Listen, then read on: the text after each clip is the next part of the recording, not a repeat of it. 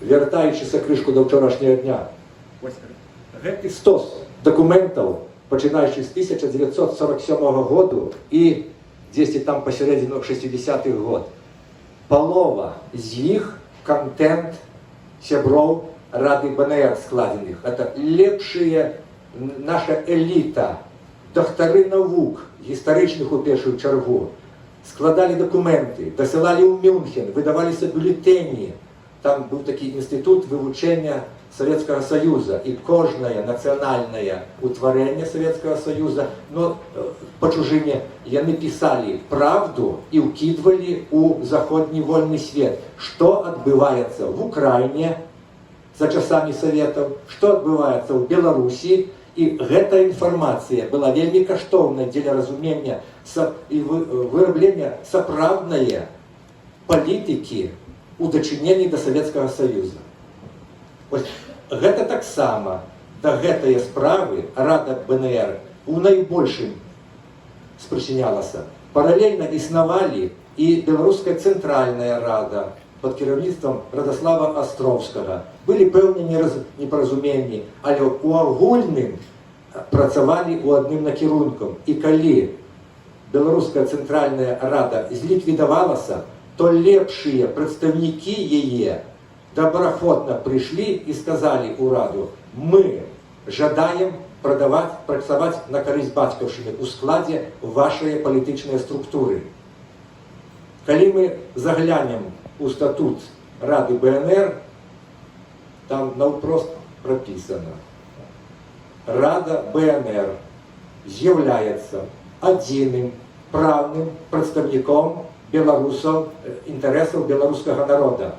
І заўсёды гэты пастулат быў на першым месцы, дзе б не было, дзе б што не здаралася, Рада БНР якімся чынам спрабавала ўздзейнічаць у працэсах на карысць беларускага народу. У 12-м годзе пад кіраўніцтвам пані прэзідэнта Івонкі Сурвіла у Вільні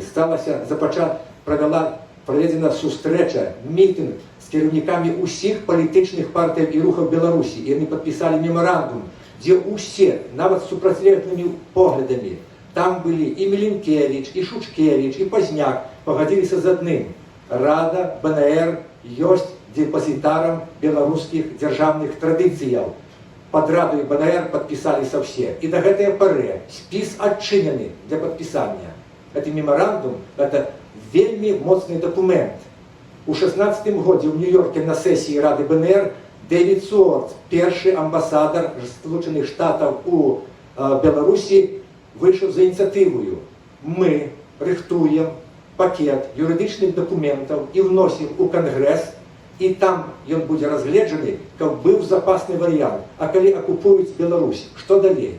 Хто будзе дзейсным урадам? То тады статус Раде БНР надаваўся афіцыйна з прызнаннем вядучымі дзяржавамі свету, што яны стануць звяртацца па пытаннях Беларусі ў Раду БНР.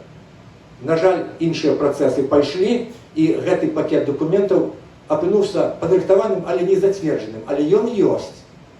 Вось гэта некаторыя толькі моманты з таго, што Рада БНР рабіла і што ёсць у патэнцыяле. Кніжкі, якія тут, гэта капелінка усяго інфармацыйнага блоку, які існуе ў сеціве і так далей. Першая і другая кніжка першага тому архіваў Рады БНР. Гэта капелінка. КДБ усе гады палявала за архівамі Рады БНР, ведаючы, калі захапіць, то гэта вырваць шмат які ідэёвы і юрыдычны падмурак з-пад нашых ног. І літаральна у чэрвені Рада БНР абвешчана экстрэмісцкай арганізацыяй. Яшчэ праз месяц афіцыйна я сам чытаў усю гэтую пастанову КДБ, якую ўнеслі. Мы пад следствам супраць Рады навогуле і супраць кожнага раднага распачаты крымінальныя справы. Вось гэта адгукванне таго, што зрабілі з Залістовічам. Праз 80 год пачынаецца тэрор супраць нашых структураў. Гэта было, як все праходзіла, пройдзе на гэты раз. Ми переможемо. Живе Білорусь! Живе!